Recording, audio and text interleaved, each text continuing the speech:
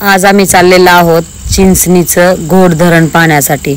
हे धरण खूप जुन्या काळामध्ये बांधले गेलेलं आहे आणि खूप पक्क असं बांधकाम या धरणाचं आहे।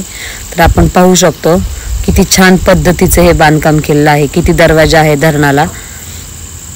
खूप मोठं प्रमाणावर क्षेत्रफळाने मोठं असलेलं धरण आहे हे। पुणे जिल्ह्यातील सर्वात मोठं धरण म्हणून ओळखलं जातं। तर आपण या ठिकाणी पोहोचलेलो आहोत धरण पाहण्यासाठी। पण धरण पाहायला आलो, उन्हाळा असल्यामुळे धरणाच्या साईडचा जो भाग आहे तो एकदम ओसाडा सापडलेला आहे उन्हामुळे। तर आपण पाहू शकतो की जे साईडचं वातावरण जरी हे असलं तरी पाणी जे आहे ते पाण्याची पातळी जी आहे ती 20% सुद्धा राहिलेलं नाहीये। आपण पाहू शकतो 20% पाणी पुरवठा राहिला नाही म्हणजे खूपच पाणी कमी झालेलं आहे धरणामध्ये।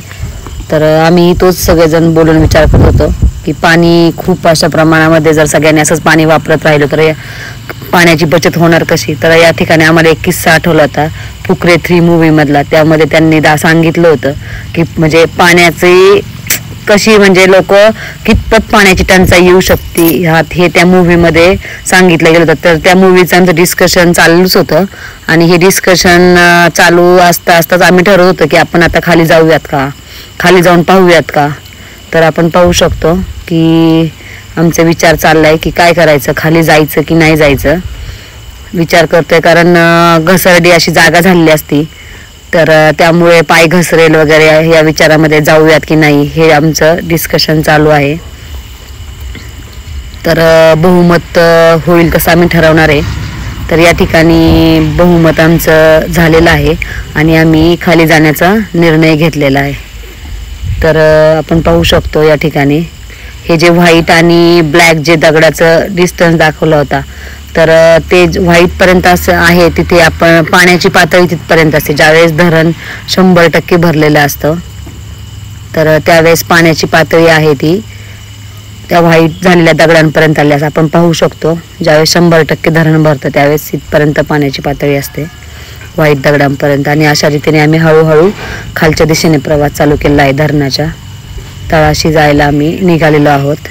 आपण पाहू शकतो दगडांवरनं हळूहळू चालत आम्ही चाललेलो आहोत। पाय घसरण्याची तेवढीच भीती वाटते पण असं काही झालेलं नाहीये। आम्ही हळूहळू प्रवास खालच्या दिशेने चालू केलेला आहे। आपण पाहू शकतो की दगडाचे जे कलर आहे तो चेंज झालेला आहे खाली जसं आपण जातोय तसं। पाहत आहे पाणी कसं आहे काय, विचार चाललाय की खाली जावं की काय। असा विचार करतोय की खाली आता पाणी कमी आहेच तर खाली उतरून जावं की काय। तर निर्णय अजून ठरतोय। आता आम्ही चाललेलो आहोत धरण पाहायला खाली, डिसिजन फिक्स होतंय अजून। तर या ठिकाणी विचार करून ठरतोय की काय करायचं, जायचं की नाही जायचं।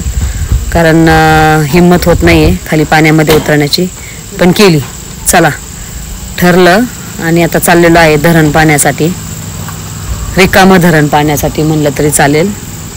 तर हळूहळू धरणाच्या दिशेने प्रवास आहे। जे व्हाईट कलरचे दगड दिसत आहेत तर पाण्याचा थर तिथपर्यंत पाणी असतं। ज्यावेळेस धरण 100% भरलेलं असतं त्यावेळेस पाणी तिथपर्यंत असतं।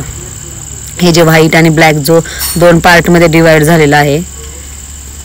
तर या ठिकाणी आपण खाली चाललेलो आहोत हळूहळू धरण पाहायला, रिकामं धरण पाहण्यासाठी। तर आपण पोचलेलो आहे धरणामध्ये,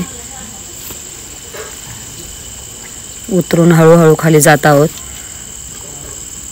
कच्च्या अशा रस्त्यानं आपण खाली उतरलोय।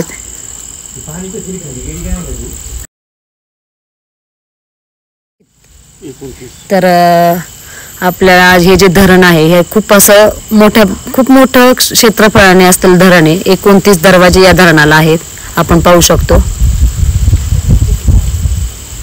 29 दरवाजाचं हे धरण आज ओसाड पडलेलं आहे ज्याच्यामध्ये 20% पाणी नाही। 29 दरवाजे म्हणजे त्याचे आपण समजू शकतो की किती मोठं असं धरण आहे हे, पण ते पूर्ण रिकामं आहे। 20% पाणी सुद्धा या धरणामध्ये राहिलेलं नाहीये। तर लोकांनी पाण्याची बचत केली पाहिजे, पाणी जपून वापरा। हे शंख शिंपले गोळा करून आता आम्ही परतीचा प्रवास केला आहे आता आमचा प्लॅन ठरला आहे की हे पाहून झाल्यानंतर आपण कुठेतरी भूक लागलेली आहे, आपण काहीतरी खायला जाऊयात. त्यामुळे आता आपण परतीच्या प्रवासाला निघालेलो आहोत. तर जाता जाता काहीतरी खाण्यासाठी थांबावं असा विचार चाललाय. भूक तर खूप लागलेली आहे. तर आम्ही तसंच पद्धतीने चाललेलो आहोत. चालणं होत नाहीये. खालनं वरती चढून आल्यानंतर ना पायाला गोळे आलेले आहेत. आपण पाहू शकता सगळे थकल्यामुळे पाणी पित आहेत. पूर्ण धरण पाहून आल्यानंतर ना म्हणजे पाणी किती गरजेचं आहे हे पाहू शकतो आपण. त्यामुळे सगळ्यांनी पाणी जपून वापरा. एक दिवस सगळ्यांनी या हॉटेलला व्हिजिट द्या जिथे आम्ही आत्ता आलेलो आहोत. तर आम्ही या ठिकाणी हॉटेल घोड धरण म्हणून धरणाच्या जवळच एक 500 मीटरच्या अंतरावरती हे हॉटेल आहे.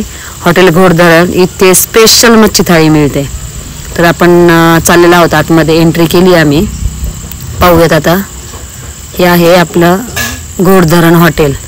तर विचार करतोय की कुठे बसायचं. इथे पण डिसिजन बसलेलं. इथे बसल्यानंतर आता आम्हाला स्पेशल अशी मच्छी थाळी आली आहेत. सगळेजण थाळीचा फोटो काढण्यामध्ये मग्न आहेत खाण्याच्या आधी, कारण ती दिसायला एवढी सुंदर दिसते, एवढी छान सजवली त्यांनी, खूप छान अशा प्रकारे. आणि सगळ्यांनी खायला सुरुवात केली. खूप मस्त झाले सगळे खाण्यामध्ये, दंग झालेले आहेत. भरपेट असा आनंद घेत आहे खाण्याचा सगळेजण. खूप छान पद्धतीने खूप सुंदर असं जेवण आहे. सर्वांनी अवश्य भेट द्या हॉटेल घोड धरण येथे. खूप छान जेवण मिळते. ते 200 रुपयामध्ये अनलिमिटेड फिश थाळी आपल्याला भेटते इथे.